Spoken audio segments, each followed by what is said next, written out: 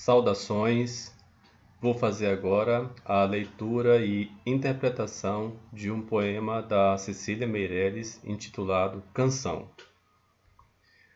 Bom, Cecília Meirelles é uma poetisa modernista e, assim como em outros vídeos, os dados biográficos, onde nasceu, quanto tempo viveu, onde faleceu, são coisas que vocês conseguem encontrar amplamente em qualquer lugar da internet. Interessa-nos aqui dizer que ela tinha uma apreciação muito grande por questões de sonoridade no verso, tinha uma vinculação com o simbolismo e uma vinculação forte com o barroco. Dizer que o poema dela se chama Canção vai dizer bem pouco, porque Cecília Meirelles vai ter muitos poemas com esse título, ou com uma indicação relacionada ao que seja o texto, por causa tanto da função que o título desempenha, que é de sumarizar relativamente o que há no texto, mas também para indicar que é um poema ligado à música, à musicalidade, à melodia. Então, o poema que eu vou fazer a leitura e a interpretação com vocês é este aqui, que em alguns lugares vocês vão encontrar com o título de Respira o Teu Nome, porque algumas pessoas devem ter resolvido colocar dessa forma, porque seria uma maneira mais fácil de encontrar o poema, já que vários outros poemas desta autora têm o título de canção. Eu me lembrei há pouco, depois que eu comecei a gravar, que tem um compositor chamado Antônio Jardim, que fez uma música, a partir deste poema da Cecília. Depois eu encontro o link e mando para vocês, mas não vai ser muito difícil encontrar. Então, o poema é Canção.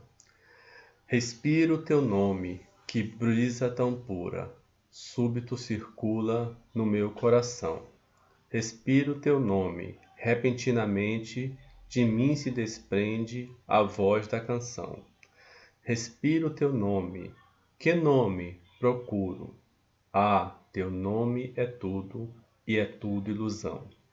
Respiro teu nome, sorte, vida, tempo, meu contentamento é lípido e vão.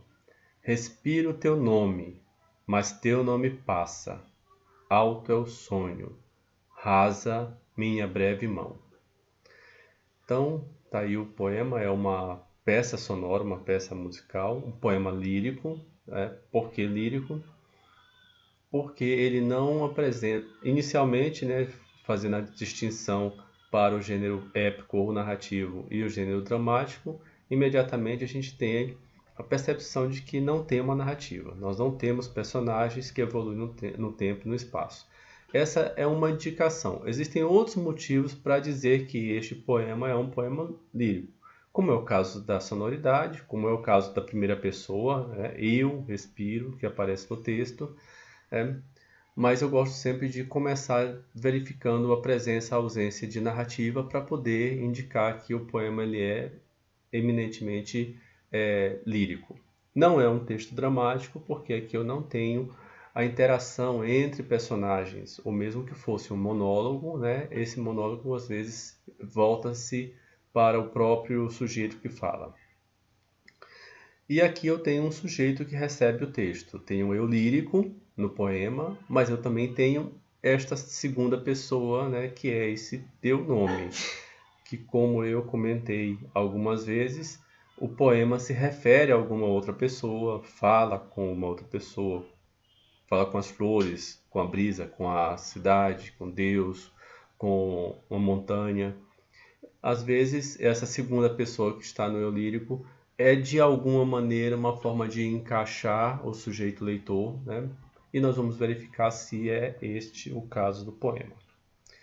Vamos começar pelas questões de estrutura, de metrificação, seguindo mais ou menos o que está lá no manual da Norma Goldstein. Lembrando, aquelas indicações de leitura, de métrica, de rima, de interpretação são coisas básicas mesmo. Existe muita coisa em termos de análise de poesia, de análise de poema, que vocês forem resolver continuar estudando, vocês vão encontrar muita coisa legal, muita coisa diferente, inclusive. Bom, então eu comecei aqui pelas rimas, pela distribuição das rimas no poema. O primeiro verso de cada estrofe, respira o teu nome, é um refrão. É um refrão que introduz uma estrofe.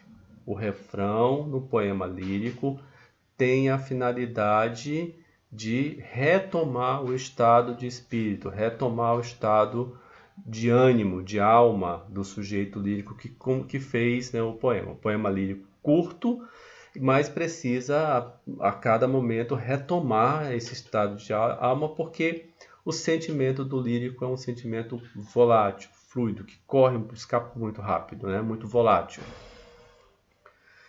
Os versos 2 e 3 rimam entre si, né? Então, pura, circula, porque o que vale é a vogal da rima para o final. Então eu tenho a semelhança sonora apenas entre vogais. Vocês sabem o nome dessa rima, né? Essa é uma rima que é chamada de vocálica, certo? Mas vamos primeiro ver a questão da posição das rimas no verso. Então eu tenho em todo o poema os versos 2 e 3 rimam entre si. Então está aqui distribuindo as letras do alfabeto, A, colocar o B para ficar no quarto verso, porque apareceu nessa sequência, C, D, E, F. É preciso fazer desse jeito? De verdade, não, porque a gente tem 5 estrofes que são quadras, que são estrofes com 4 versos, e a distribuição das rimas em todas as estrofes é igual. Então, bastaria eu pegar isso aqui e dizer que o esquema de rimas nesse poema é o esquema R-A-A-B. Essa rima AA ela é chamada de paralela alternada ou geminada, mas ela só é geminada neste caso, porque fica nos versos que estão no meio, tá? Nesses versos que estão aqui, então você tem aqui os quatro versos e ela, né, como se fosse dentro de uma barriguinha aqui, gêmeos, né? Por isso que ela, nesse caso, recebe também o nome de geminada. Se você simplesmente chamar ela de paralela, não tem problema, está correto. Continuando, né, o que mais nós temos aqui? Então, começamos com a disposição. Então, de acordo com a disposição, essas rimas são as rimas dos versos 2 e 3 de todas as estrofes, são rimas paralelas, e a rima B, que aparece no final de cada estrofe, é uma rima interpolada. A primeira estrofe não rima, então eu não tenho nenhuma classificação. Por que eu não coloquei o X? Não coloquei o X porque ela é um refrão, por isso um R minúsculo aqui. Quanto à posição no verso, como é que eu classifico todas essas rimas? Todas essas rimas são rimas externas. Eu não tenho em nenhum momento nesse poema um meio de verso rimando, né? Do final para o meio do meio do verso para o final, não aparece nesse poema. Então, todas as rimas são externas. Como eu já disse em outros momentos, a rima externa ela é a mais comum. Tanto é que muitas vezes eu não preciso dizer que a rima é externa.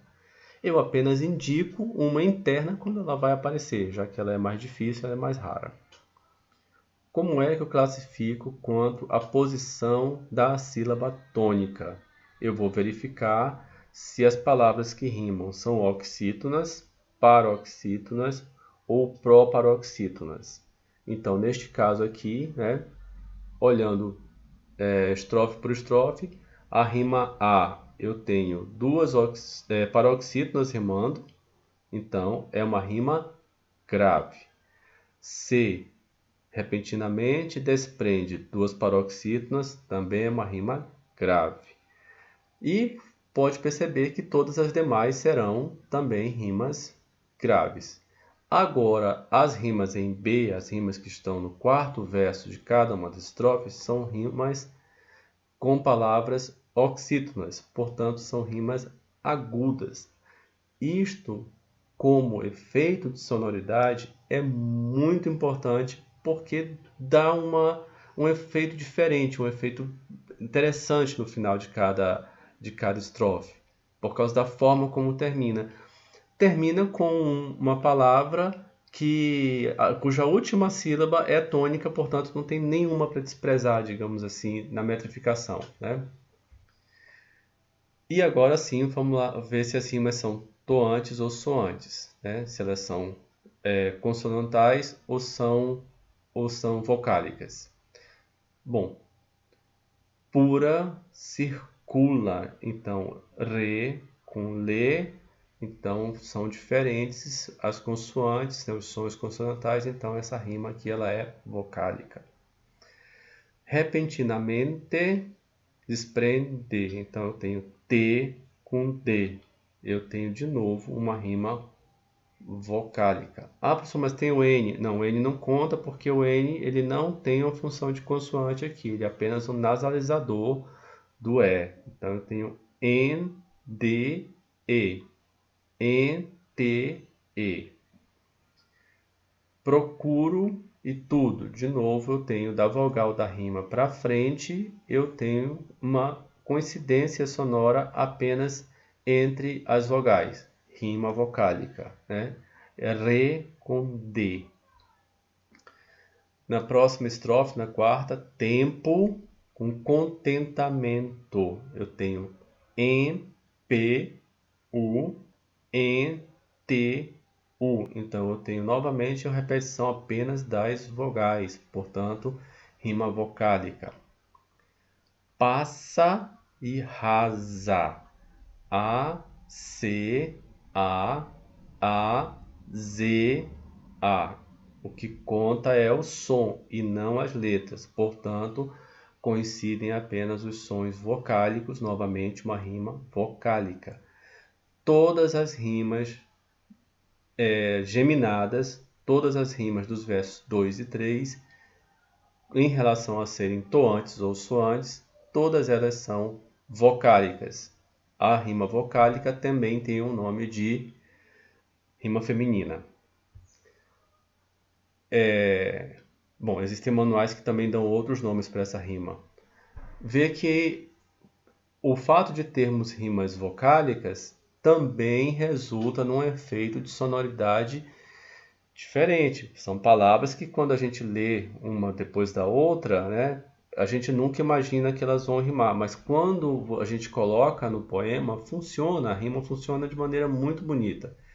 Então é uma maneira delicada, uma maneira que é muito forte na modernidade, principalmente Cecília Meirelles usava muito isso, João Cabral de Melo Neto também usava bastante. É uma rima que é difícil de você fazer, ela não é tão simplesinha, ou pelo menos naquele momento não era, porque hoje já banalizou, a gente encontra rimas vocálicas em muitos lugares. Mas sonoramente ela causa uma sensação de proximidade e distanciamento, né?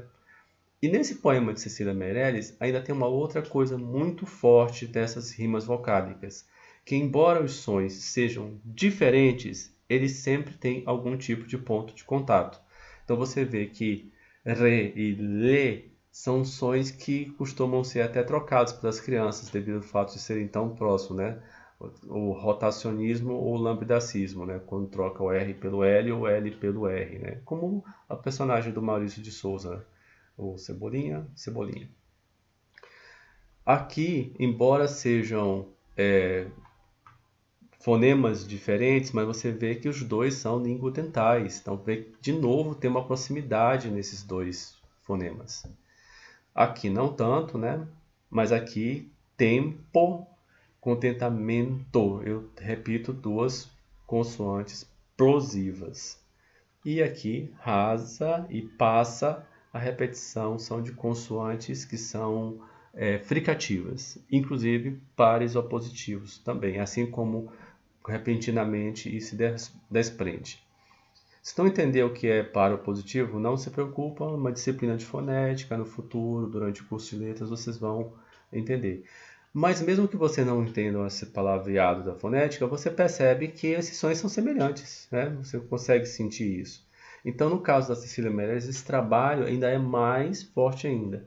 Ah, professor, mas será que a autora, quando ela escreveu, ela estava preocupada com tudo isso? Não é questão de estar preocupada, é questão de estar atenta, é questão de estar dedicada, empenhada em fazer isso. O poema é algo que se faz, se constrói, né? É um objeto de criação humana, não é um acaso. Ela seleciona, escolhe, né? Trabalha com o verso. E se você percebe que isso aconteceu no poema todo, há um trabalho de criação aí por trás disso, sim. Não, como dizia meu professor Pedro Serra, não nasce em árvore. Então, continuando aqui, sim, faltou falar do quarto verso. E no caso do quarto verso, como eu falei em outras vezes, eu não posso dizer que a rima é toante ou soante, porque eu só tenho identificação sonora depois da vogal, né? Só tenho esta uma vogal, digamos assim, importante.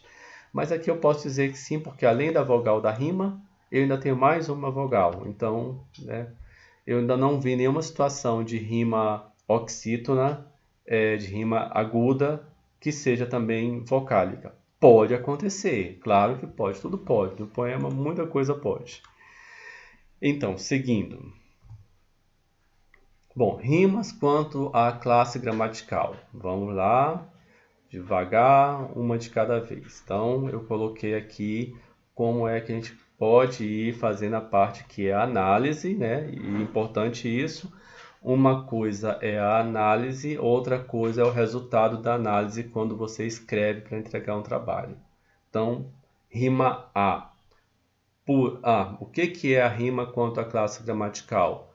Se as classes gramaticais forem diferentes, a rima é rica. Se as classes gramaticais forem iguais, a rima é pobre. Então eu tenho pura e circula, A, né? A rima A para poder identificar aqui na anotação. Eu tenho uma rima rica, porque eu tenho um adjetivo com um verbo. C. Repentinamente, advérbio, se desprende, verbo, rima rica. Procuro, verbo, tudo, pronome, então essa rima é rica. Tempo, substantivo, contentamento, substantivo, rima pobre. Passa, teu nome, passa, verbo, rasa, adjetivo, rima rica. No caso, e agora, né, aconteceu uma coisa aqui que vocês talvez ainda não tenham visto. Como é que eu faço no caso de rimas que não são pares? Eu tenho aqui coração, canção, ilusão, vão, mão. Como é que eu vou fazer para classificar? Eu vou classificar os pares próximos, né? 1 com 2, 2 com 3, 3 com 4, 4 com 5. Não preciso fazer 1 com 3, 1 com 5, né? O que é essa numeração 1 aqui? É a numeração da estrofe. Então, coração, que está na primeira estrofe, um canção, substantivo, com substantivo, rima pobre. Canção com ilusão, né? 3, 2 e 3, né? Estrofe 2, estrofe 3. Então, eu tenho substantivo com substantivo, pobre. Ilusão com vão, substantivo com adjetivo, rima rica. Vão, adjetivo com mão, substantivo, rima rica. Mas quando vocês forem entregar o trabalho, vocês não vão precisar colocar desse jeito. Vocês podem colocar assim: todas as rimas geminadas são ricas, exceto na quarta estrofe, que é aqui, né? Contentamento e tempo.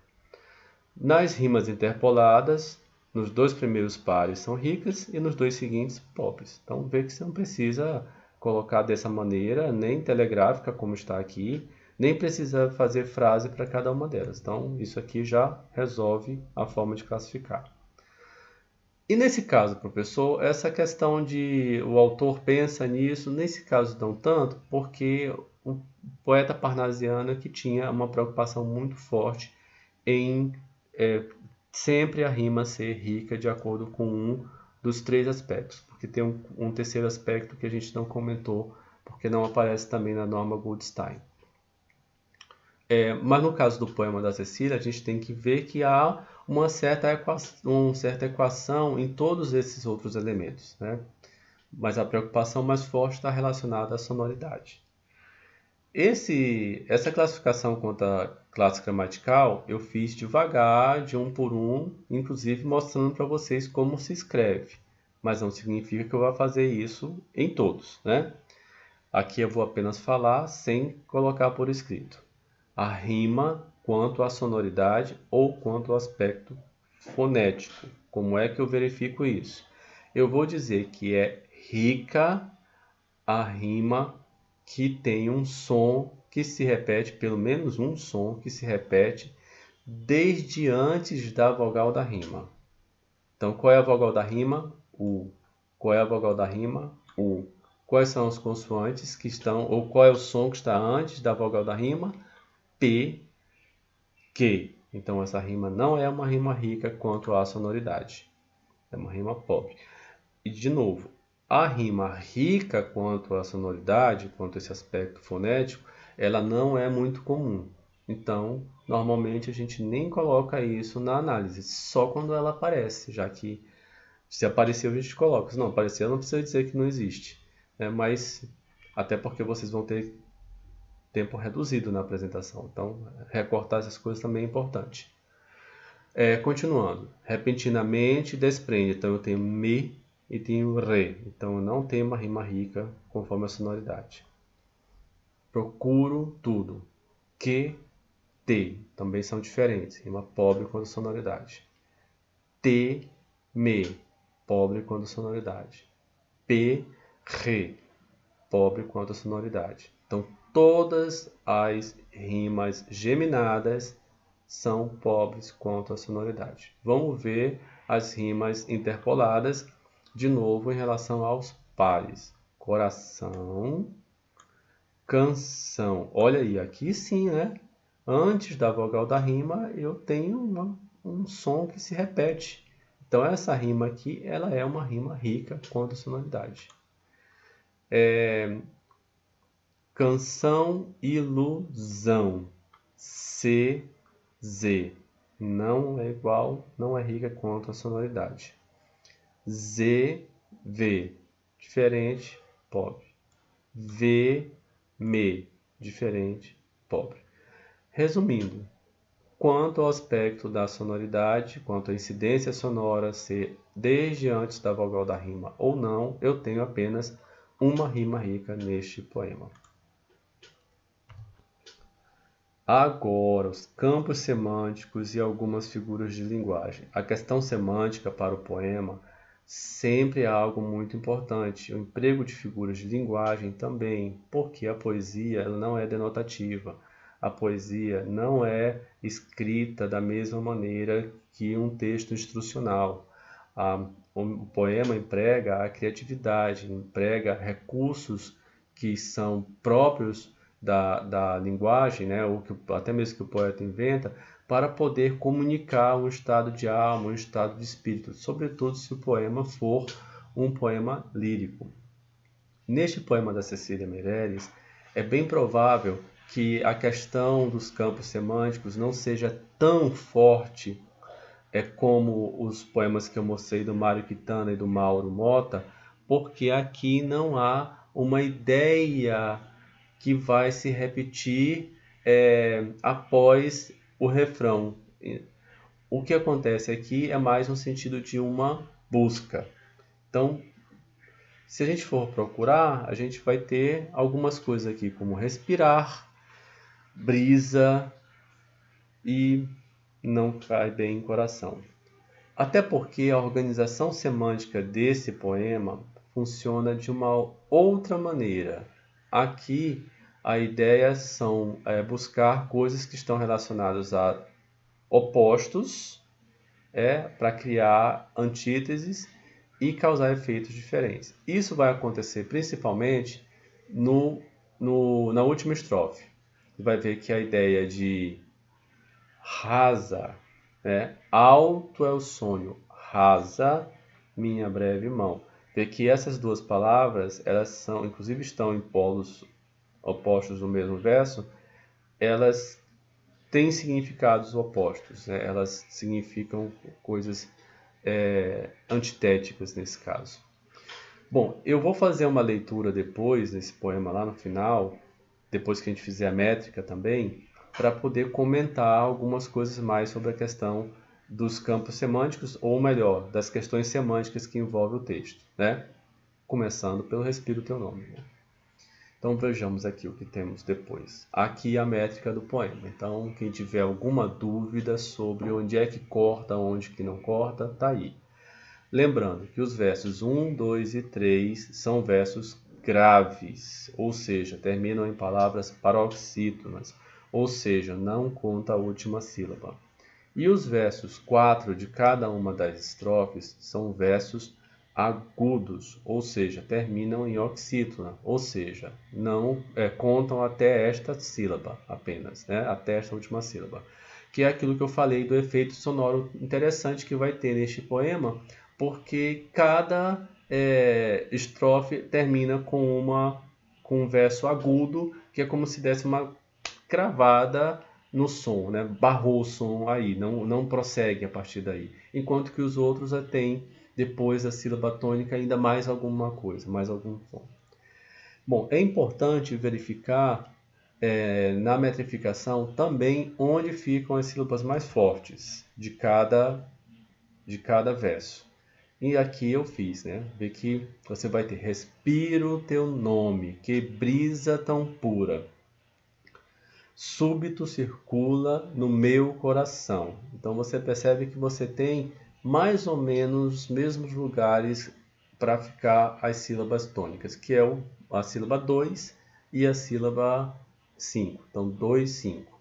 E você vê que, inclusive, a segunda estrofe está certinha desse jeito, né? Respiro teu nome repentinamente.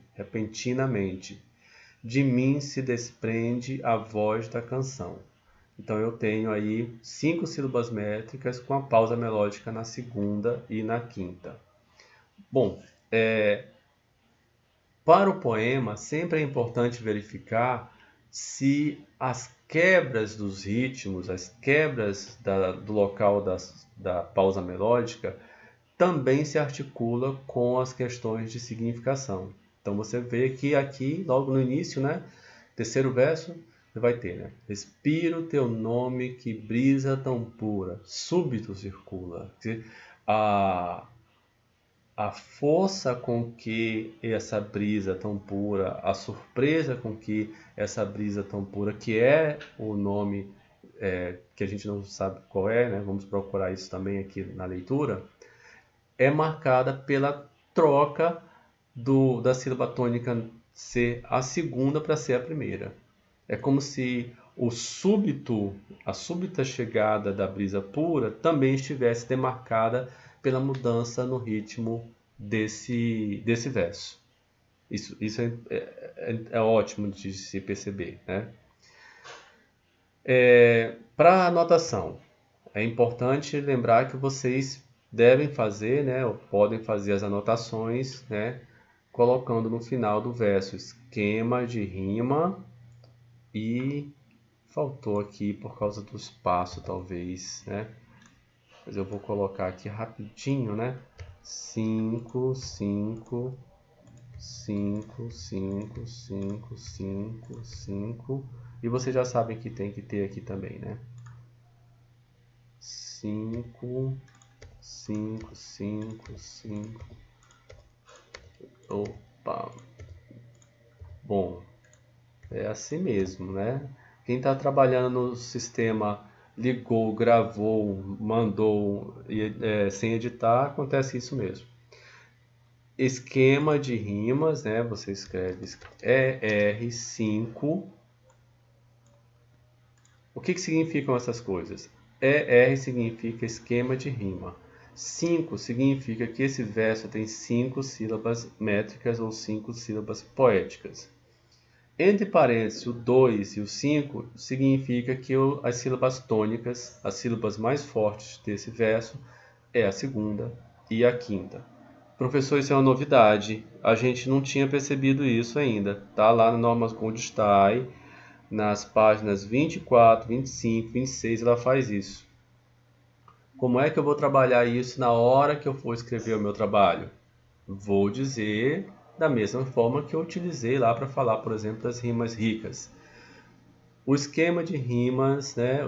O esquema rítmico, desculpa, o esquema de ritmo desse poema predominantemente é ER5 2.5, exceto nos versos tal, tal e tal. Então é assim que você vai fazer. E aqui, além de estar em negrito, né, está também demarcado pela a própria apresentação do esquema rítmico, né, aos lugares em que tem algumas mudanças. E ver que as mudanças vão estar relativamente apoiadas, associadas com alguma coisa de significação no texto, tá? Certo. Próximo passo. Então, deixa eu ver o que eu coloquei depois. Então, o que eu tenho aqui? O que esse poema transmite, né, com essas estrofes de 5 sílabas métricas?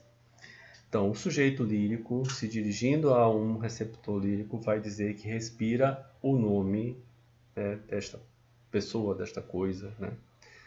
Que brisa tão pura súbito circula no meu coração, e o poeta não precisa obedecer condicionamentos biológicos, né?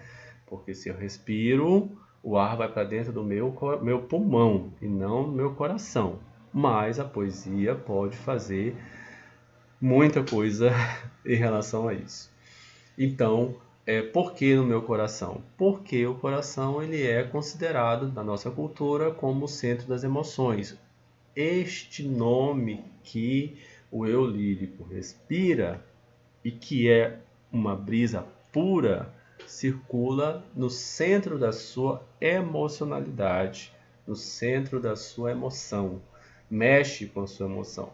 Vê que a ideia de impacto repentino tanto aparece no terceiro verso, súbito circula, como na palavra repentinamente, que eu tenho quase certeza que na hora de metrificar você fica repentinamente, repentinamente. Como é que pronuncia isso, né? A regra básica é sempre que eu tiver um advérbio terminado em mente, a sílaba secundária dele é a sílaba que era tônica na palavra originária. Então, a palavra originária é repente, né? Então, você pode dizer repentinamente. Ou, se preferir, repentina, né? Fica mais estranho, mas perde um pouco a sonoridade do verso. De mim se desprende. Olha, depois que eu respiro, né? Respirar é o ato tanto de colocar ar para dentro quanto colocar para fora, porque é inspirar ar para dentro, expirar ar para fora. Então, quando eu respiro o teu nome, de mim se desprende a voz da canção. Veja que coisa maravilhosa é essa brisa, né? Respira, e quando sai esse ar que entrou puro, sai uma poesia, sai um poema lírico. É este nome desta coisa, desta pessoa, que provoca em mim razão para escrever poesia ou para cantar, como os poetas costumam dizer, né? Então, essa brisa tão pura que circula no meu coração, no centro da minha emoção, é que provoca em mim a poesia, o poema lírico. Lembrando, o refrão, a cada vez que ele se repete, que ele aparece mais uma vez, ele reforça de maneira acumulativa as informações que estão anteriormente. Então, quando a gente vai dizer na terceira estrofe, respira o teu nome, eu estou, na verdade, já sabendo a que eu estou me referindo. Eu já sei que esse nome é uma brisa pura, circula no centro da minha emotividade e que me motiva a fazer poesia, me inspira, né? A ideia de inspiração vem bem a calhar neste caso. Entretanto, agora a pergunta, que nome? Né? E a gente não sabe qual é o poema o tempo todo, não vai dar essa indicação. Que nome? Procuro. Ah, vi que o ar é quase um ar aspirado, né? Parece mais que a pessoa coloca, em vez de dizer para fora, diz, teu nome é tudo. E é tudo ilusão. Vê que aqui a gente começa a ter aquele elemento de antítese, né, de paradoxo, né, porque o nome, ao mesmo tempo que é tudo, até porque sem respirar ninguém vive, mas ao mesmo tempo é algo que se dispersa, que, né, das Lebensraum, né, como diz em alemão, a vida é um sopro, né, escapole, assim. Respira o teu nome. E aqui parece que o sujeito lírico fica tentando imaginar que nome é esse, né? Com algumas tentativas. Aqui é aquele típica situação que eu falo brincando para vocês. Aquela palavra difícil. A palavra difícil é aquela que está na ponta da língua, mas ela não quer sair. Não tem nada a ver com palavra que eu não conheço. Respira o teu nome. Sorte, vida, tempo. Então, estou tentando aqui descobrir, né, inclusive com um verso que vai mudar de pé de verso.